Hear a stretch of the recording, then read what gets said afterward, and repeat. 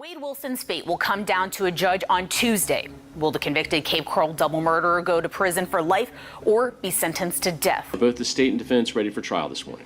Yes, Your Honor. Yes. Those words marked the start of what would be a relatively quick trial for Wade Wilson. He was accused of killing Christine Melton and Diane Ruiz. So who is Wade Wilson? Wade Stephen Wilson was born on May 20th, 1994, and he was born to very young parents. They were around 14 and 15 when they had them. His mother was a drug addict, unfortunately, and had many mental health issues, and his father was absent entirely. So Wade would be adopted by a family that went to church with the mother's family, and they would be the Wilsons. And the Wilsons appeared to be a relatively regular family. They went to church on Sunday, had a very nice home, drove luxury cars, and tried to ensure that Wade was growing up in a very healthy home. And early in his life, his adopted parents said that he was a completely normal child, but something flipped the switch at around the age of 13, and he began to act very differently. Hormones, am I right? Just kidding, most of us just break out and get some hair in weird places, but this guy did some other stuff. I don't think you can blame it on puberty. One of the classmates would describe Wilson's adoptive parents as super friendly people, church-going people, and meant well and wanted the better for him. People would say that Wade basically had the world given to him, so it's not like he grew up in bad conditions. Despite his biological parents, he wasn't raised by them, so he grew up in the most ideal situation ever, basically. And Wade would admit later on that when he was a teenager, he would get heavily into drugs. And this was reflected in his behavior at school and at home. He also became a recluse, and he became super paranoid as well. He would always keep the blinds closed at home because he always felt like somebody was watching him or his family. And another instance of paranoia was when Wayne demanded that the cops be called to his home after he repeatedly told his family that someone was in the garage. But upon further investigation, no one was there. And Wade wouldn't be any better at school. While he was an average student, he got in trouble a lot. Wade and his friends would walk around school in black hoodies, and they would stand out behind the school. They would often smoke weed in the bathroom and even light toilet paper rolls on fire, and this would lead to Wade being expelled on numerous occasions for reckless behavior. Which, like, at this point, okay, like, those things, you shouldn't be lighting shit on fire, but relatively, not that bad yet, I would say, but it'll get worse. One of his classmates, who was a female, would say, "He would always wear this black hoodie with his hood over his head, and my former boyfriend did the same thing. They always look so eerie together. Just like at 6:30 in the morning, the sun hasn't come up yet. You just see them on the side of the building, and I'm like, oh wait, those are my friends." She would also claim that Wade did not respect authority figures at all, just to pile on everything else. And furthermore, multiple female classmates have come out talking about his horrible treatment of women in high school. And if that's not a glaring precursor of what's to come, I don't know what is. And one woman would claim to be Wade's former girlfriend from about 2012, and she would say that he was extremely disrespectful to her and would cheat on her multiple times. Which again, isn't, it's not crime worthy or anything, but it's just, we're building that building, we're building blocks. We're building the Jenga serial killer structure right now, all right? All right. And another ex of his said that after they broke up, he stole money from her book bag while they were in class. And he would get away with it because nobody fessed up. But she knew it was him. Again, not that, he's a piece of shit, but like, just another little Lincoln log thing. What do you put in a Jenga piece? Anyway, and recently with all the news coverage on this particular trial, another ex-girlfriend, Kelly Matthews, has come out speaking against Wade. They would meet online at around 2018, and things would seem to be going fine until Wade started using cocaine. One night, they would get into a fight, and she searched his bag for cocaine. And this would unfortunately cause Wade to snap, and he would kick open the door to the room that she was in and throw her on the kitchen table. And from there, things would only continue to get worse. Kelly had convinced Wade to go to a nearby rehab facility, but he would back out last minute, and he would want to go to one that was 3 hours away in Florida Keys. And this would lead to another fight in the parking lot with Kelly, where Kelly alleged that Wade was just wanting to go further away to be with another woman. And when they got back in the car, Wade would begin to choke Kelly until she blacked out. He would then throw her on the floorboard of the car and then get a knife out to cut her clothes off. And he would break her foot in the door by slamming it shut on it. And then he would gag her, bind her, and then unfortunately SA her as well. Just a giant block on this Jaggy, you piece of shit. I just don't, we're not even in the TikTok shit yet about people like fantasizing about being with this guy. He's a monster. He's a monster. Like, I can't. Anyway, it's okay. There's good news at the end of all of this, so stay tuned. Anyway, just terrible. And when that was done, Wilson would go to a McDonald's drive-thru with Kelly in the back, still bound and gagged, by the way. And eventually he would park and he would free her. And then he would hand her the car keys, get out of the car, and then jump into a different car with another woman and drive away. What? Kelly would then obviously speed to the nearest police station, where detectives would do nothing. After a police interview, Wilson would say, quote, Matthews was into that kind of thing. Into being fucking assaulted and then made to listen to your McDonald's order, gagged in the back of the seat? What the f? So the police would chalk it up to being an intense sexual fetish and let Wade off scotch-free. Classic police moment. Sorry, I'm just kidding. Police are good. We need police. My brother's a police officer. He's fucking awesome. All right. Anyway, and this event would occur only a few months before Wilson would kill Kristen Melton and Diane Ruiz. And it's also important to note that Melton was gagged in the same way that Matthews was, showing that Kelly probably came very, very close to death, and that Wade just basically practiced this maneuver on her before killing Melton. So much for sexual fetishes. Hey? I don't know who I'm yelling at. I'm just mad. Wade Stephen Wilson is a completely unhinged murderer who took the lives of two innocent women within hours of each other, by the way, and even almost killed a third. 5 years after the gruesome murders of two Cape Coral women, Wade Wilson has finally learned his fate. Count 1, first-degree murder of Christine Melton. The defendant is hereby sentenced to death.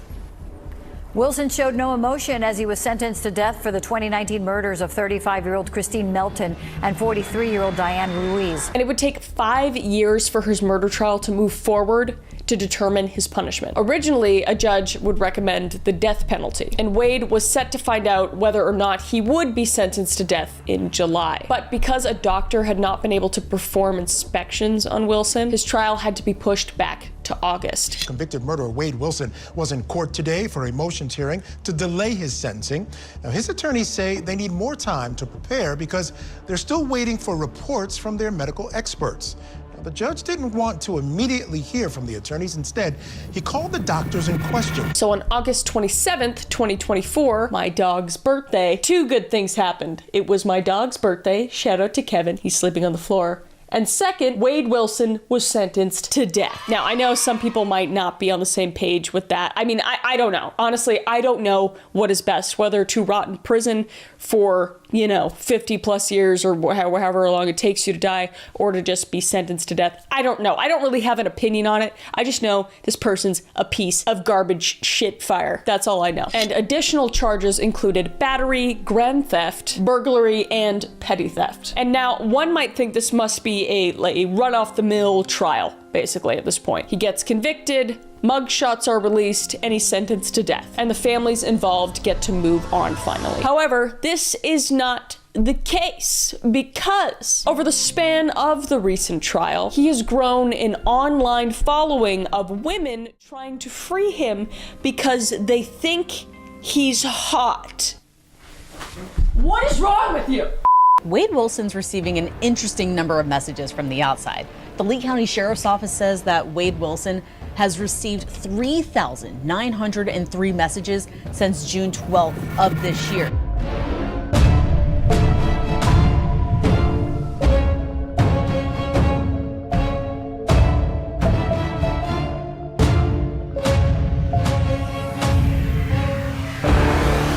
Like, what the actual f-? And what makes this entire situation absolutely disgusting is when you take that bird's eye view, people are just wishing for his release, just purely based off of how he looks. The fact that someone is conventionally attractive and is able to kill 2 people, almost 3, almost 4, if you talk about Kelly as well, but a portion of the public just turns a blind eye towards these crimes because they're good looking. It's crazy. There's support groups, TikTok posts, and comments all running to Wade Wilson's support. And it's gotten out of hand pretty quickly. There's literally an Instagram account called Wade Steven Wilson's Official, where the entire account is basically just a support page, and it has around 16,000 followers. These are 16,000 people that are on board with freeing a man that essayed, tortured, and murdered multiple women. Are you okay? Not you, the person watching this, you're probably fine. But like, to these people, what the fuck is wrong with you? And this led me down the rabbit hole of all the support pages there are for Wade Wilson. And this particular one seems to be the biggest hub for the community. And on a live stream uploaded to YouTube, this girl named Maria talked about how the live might get taken down, but Team Wade is resilient, and this resilient group has done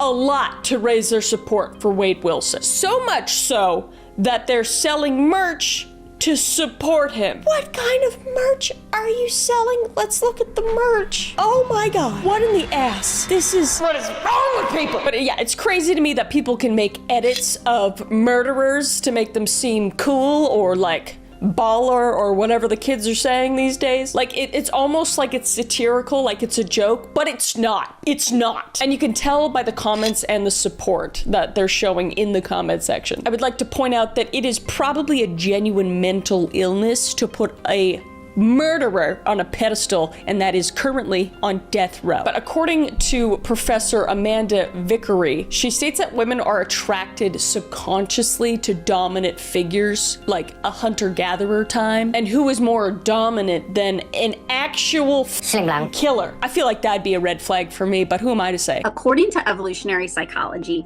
we today are still attracted to the things that would have helped us survive back in our ancestral past. Think hunter-gatherer environment. It's this combination of this sort of bad boy dominant male image and this level of fame, this celebrity, and the idea that if I attach myself to that, I too could become a celebrity and famous. They're attracted to that trait that this is a like bad boy dominant male. There is too much Wattpad and romance smut novels going around. These bitches are crazy. They're crazy. They're reading too much. I think. I don't know what it is. Or like 50 Shades kind of type. But he doesn't murder anyone. It's not like he's a vigilante either. Like he's murdering bad people. He's just literally murdering you, the people that are putting him on a pedestal. So I just can't wrap my head around this. I don't think that this is a excuse for the women. She's just explaining what it is, I guess. And the general demographic for this is like the age of 40 middle-aged women who basically probably just read, like I said, smut and are like crime obsessed to the point of putting themselves in the victim's seat. Like they're kind of mentally ill themselves, so I almost feel bad for them, you know? And there are outliers here, obviously, but from what I've been able to find, it is around this age group. And like I said, I don't know where the hell this support is coming from, but there are a lot of people that are supporting him. So much so that there's a fundraiser that raised over $70,000 for this piece of shit. $70K to a man who has killed 2 people. What? And they call for their dear friends and supporters to help prove Wade Wilson is innocent and fight for him to receive a new fair trial. And I thought this website was fake, but it's real. You can actually donate to this website. I didn't. Can you believe it? I didn't. But it's real, and it's insane. And it doesn't stop there, because you can see the support in the comment section in this fundraiser as well, saying like, help him, get a free trial. We support you, Wade. Justice for Wade. And these people are begging for donations for an actual real life murder. It's just crazy. The simping is next level, and so much so that he's actually received hundreds of nudes from his female fans. I don't know how he's receiving these, like via like actual mail or if it's like a phone, I don't know. But I believe it's like via the internet. How is he getting access to the internet also? What is going on? He's literally on death row right now. What? This was during his trial, but still. And there are so many people sending him letters as well. There's over 4,000 that have been sent. And this has gotten so out of hand that the case prosecutors are telling the fans to stop. They know of Wade Wilson garnering such a positive public response despite his crimes, and it's honestly insane. They said, I would hope that people in the community would conduct themselves differently and remember that 2 beautiful, innocent young women died because of this person. People need to distinguish reality from fiction. This is not a TV show. This isn't a smut book. This is a real-life murderer who killed 2 beautiful, innocent women. And yet people are still supporting his posts, comments, and even fundraisers, which is just insane. And what's even more insane is that Wade Wilson's case isn't an isolated incident. The disturbing trend of romanticizing criminals on social media is just the tippity top of the iceberg. I mentioned Ted Bundy already, which I'm sure most of you know about. I actually covered him here if you want to go watch that video. But time and time again, we've seen convicted killers gain an almost cult-like following, online or even offline before there was an online, like Ted Bundy. Most of which are consisting of women, because we do be crazy. We do be crazy sometimes. But these people are quite literally glorifying these murderers, these criminals, when they should be universally condemned. All right, but this behavior isn't just bizarre, it's a symptom of something much darker lurking beneath the surface. You killed a mother and a daughter. No one else in this city but you did, Cameron. This is a particularly difficult case. On count 1, the court's going to adjudicate the defendant guilty, sentence him to 9 years in Florida State Prison. On count 2, same charge, the court will adjudicate the defendant guilty, sentence him to 15 years Florida State Prison, and that'll run consecutive to count 1. For a total of 24 years Florida State Prison. In May 2018, 24-year-old Jessica Riesinger was lawfully crossing the street in Tampa, Florida, while pushing her 20-month-old daughter, Lilia. And the young family would be struck by a Ford Mustang traveling at the speed exceeding 100 miles per hour in a 40-mile-per-hour zone. And to save her daughter, Jessica would push the stroller ahead to move her daughter out of the path of the oncoming vehicle. But unfortunately, it was too late. They would both be struck, and while Jessica died immediately, Lilia would pass away the next day, succumbing to her injuries. Cameron Herrin, an 18-year-old from the area, was the one behind the driver's seat, with his brother in the passenger seat. He had been drag racing with his friend, John Barano, and Cameron was charged with 2 counts of vehicular homicide, with a total of 24 years in prison. Doesn't sound like enough to me. It would take 3 years for the sentencing to come down, and the social media landscape surrounding Cameron became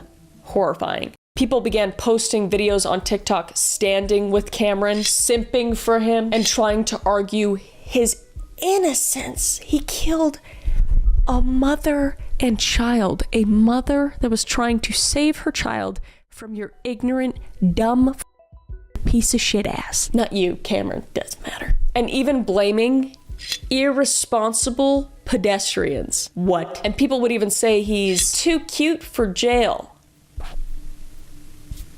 There's no such thing. There's no such thing. I hope terrible things are happening to him in there, to be honest. Like this post, the bravest man I've ever known. You're the real king, Cameron Herrin. Dude, I can't. And some of the most insane claims coming from people with a very loose grip on reality, to say the least. We're saying that this sentencing is gonna ruin his future. Oh, womp womp. Hashtag justice for Cameron became viral. And a petition that gained over 800 signatures with the same name says a lot about this sentiment. Cameron had no intention of killing anyone. He's innocent. And the US government should understand that. He doesn't deserve 24 years in jail. He has his whole life ahead of him. He regrets his actions, which was reflected through his emotions in the courtroom. Everyone makes mistakes. Not like that, Tiffany. I don't know if her name's Tiffany. He seems to have faced a more greater consequence than others, but one event in your life shouldn't determine your future. Actually, that's how the justice system works, Tiffany, you dumb bitch. We all make decisions we regret when we are young, but that doesn't mean we have to give up our whole lives to repent. Cameron is an intelligent young adult who doesn't deserve this injustice. You can help make a change to this young boy's life. Cameron needs your help. Cameron needs your... And they say that Cameron has his whole life ahead of them. But guess what? Jessica and Lilia don't. Remember them? The people he killed? And the husband and father that was left behind and has a life ahead of him, but his life has been ripped away because his family was ripped away from him because of Cameron, the person you're supporting, the murderer. You dare request a chance to live out your dreams. When you eliminated all of mine, you've shown zero remorse. The truth behind this is that you are privileged. You killed a mother and a daughter. You did. No one else in this city but you did, Cameron. But there were so many people on Cameron's side that even his father, Chris, posted a video thanking everyone for the support. If I was a parent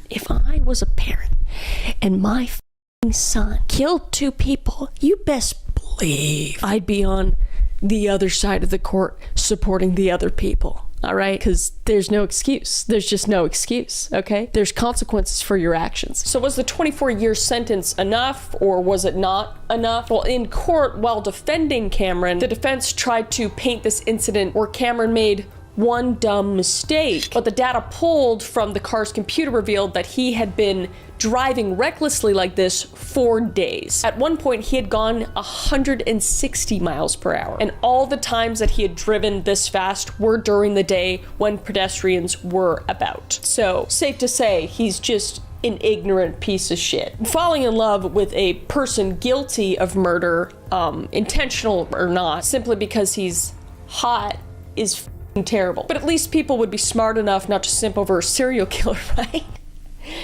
Oh wait, we already talked about Ted Bundy, but there's also Jeffrey Dahmer. A gruesome story leads off our newscast. Milwaukee police found body parts in a North Side apartment, and now they wonder if they've uncovered some kind of death factory. It's Jeffrey Dahmer, the serial killer and cannibal whose saga of evil has been given new life in the hit Netflix series Monster. This was the scene earlier this morning. Police hired a private contractor to haul a refrigerator and a tank of acid out of the apartment in the 900 block of North 25th Street. Because of the acid, some neighbors were evacuated briefly. Police found parts of bodies, leading them to believe the man they arrested is a mass murderer. Jeffrey is a name that should conjure images of horror and revulsion and just pure evil in your mind. He is one of the most notorious serial killers in history, and if you want me to cover more of that case, let me know down below. He was responsible, though, for the murders of 17 young men between the years of 1978 and 1991. And Dahmer's crimes, which most of you probably know, were as gruesome as they come. He would lure victims into his apartment, where he would drug them, essay them, and ultimately kill them, sometimes torturing them by drilling into their heads and putting hot boiling water and other liquids in there to make them his weird zombie companions. We'll get into that if you want me to actually do the video. It's crazy. But his depravity wouldn't stop there. Dahmer would go on to dismember his victims, preserving their body parts as trophies, basically. Some of the remains were even, wait for it, cannibalized. Oh, goody. And by all accounts, Dahmer was a monster in human form. And that's how he was primarily remembered until an explosive Netflix series came out starring Evan Peters, which, love Evan Peters. I think he's a brilliant actor, but he's not Jeffrey Dahmer, people. Eat it. But anyway, he played Jeffrey Dahmer in this role. And there was a growing trend, particularly on platforms such as TikTok, romanticizing Dahmer. Dahmer specifically, not even Evan Peters, just actual footage of Dahmer himself. Reducing his horrific acts to the subplot in their obsession with his physical appearance and perceived misunderstood nature. He's just confused. He's just mysterious. He doesn't know any better. What the? He ate people.